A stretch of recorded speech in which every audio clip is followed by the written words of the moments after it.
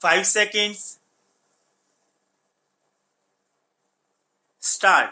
Sir, I should like to thank the honorable members who have participated in this debate, and I would like to begin by saying that I am sorry that I could not be present on Friday when some honorable members spoke. But I have gone through their speeches and I have taken all the points that they have made. Sir, the debate was very constructive and I would like to thank the honorable members for their very valuable suggestions from both sides of the house. And it was clear that their intention was to strengthen the defense of the country and to see that the defense expenditure is put to the best use. There were the two underlying considerations which were weighing with the honorable members who spoke. Many honorable members have referred to our brave soldiers and have referred to them in glowing terms. I would like to associate myself with these sentiments, and I would also like to thank all those who were involved in seeing that the Army, the Navy and the Air Force function effectively, because behind every soldier there are production units, there are scientists, there are administrators, there is the whole army of people supporting the defense forces, and all of them must today be thanked and their role must be acknowledged. I do not want to go into the different areas about which people spoke. Sir, there were some points, some discordant notes. I would call them note 1, but there were some. I can only say that if there is some misunderstanding, some misinformation, some misconception, some failure on the part of the government to put across its point, then we would acknowledge, we would accept it, and we would learn from mistakes.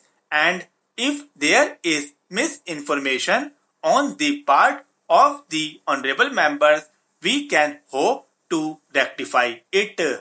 All of us are aware that there are interested parties in our country and there are interested countries abroad who would like to see the progress of India slowed down, who are not easy at the thought of India rising to its full stature and its full power, and who therefore lost no opportunity of trying to demoralize us as a people, who refer to our army and say that the quality of our soldiers is not good, their performance is not good, and that our scientists and technologists are doing second-rate work.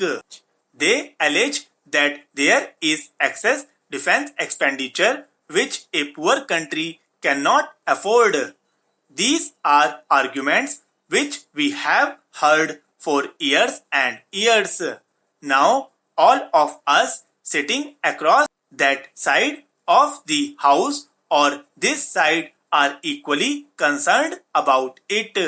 Suppose we are developing a weapon system and there is somebody who wants to sell a weapon system.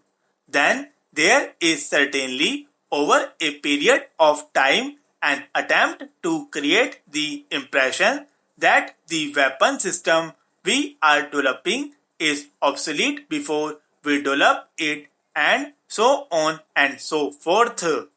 That is the general point that I was making. I think that is a point well taken. I would say that can be attributed to misinformation. But I would not labor the point, and I think he should understand what he said about Sri Lanka is not in consonance with the spirit in which the other remarks have been made from both sides of the house. The important thing on which all of us are agreed is that India cannot afford to let it go down. We have a long history, and that history has its ups and downs. We have known victory and defeat. We have known colonialism. As a nation state with 60 years history, we have seen many wars. Against this background and the current geopolitical realities to which many honorable members referred, nobody can deny the need to build strong defense in India. That is one point on which I think we are all agreed, and I think all of us know by instinct and by analysis that if we leave a window of vulnerability open in the country, it is the surest way of inviting aggression. That has been our experience, and it is the one thing we must avoid at all costs. The other point on which the House is agreed is that this is too large a country and too important a country to be subservient to any other country, whether in the matter of defense or in the matter of independence of judgment or expression of views. Therefore, we have chosen non-alignment in the country since the days of Pandit Jawaharlal Nehru, and it has stood the test of time, and it has the support of all sections of this house and this country. But the price that has to be paid for non-alignment is that we have to pay for our own defense, that we are under nobody's umbrella. Whenever we view the question of defense expenditure in Parliament, we have to keep these basic facts in mind and decide judiciously.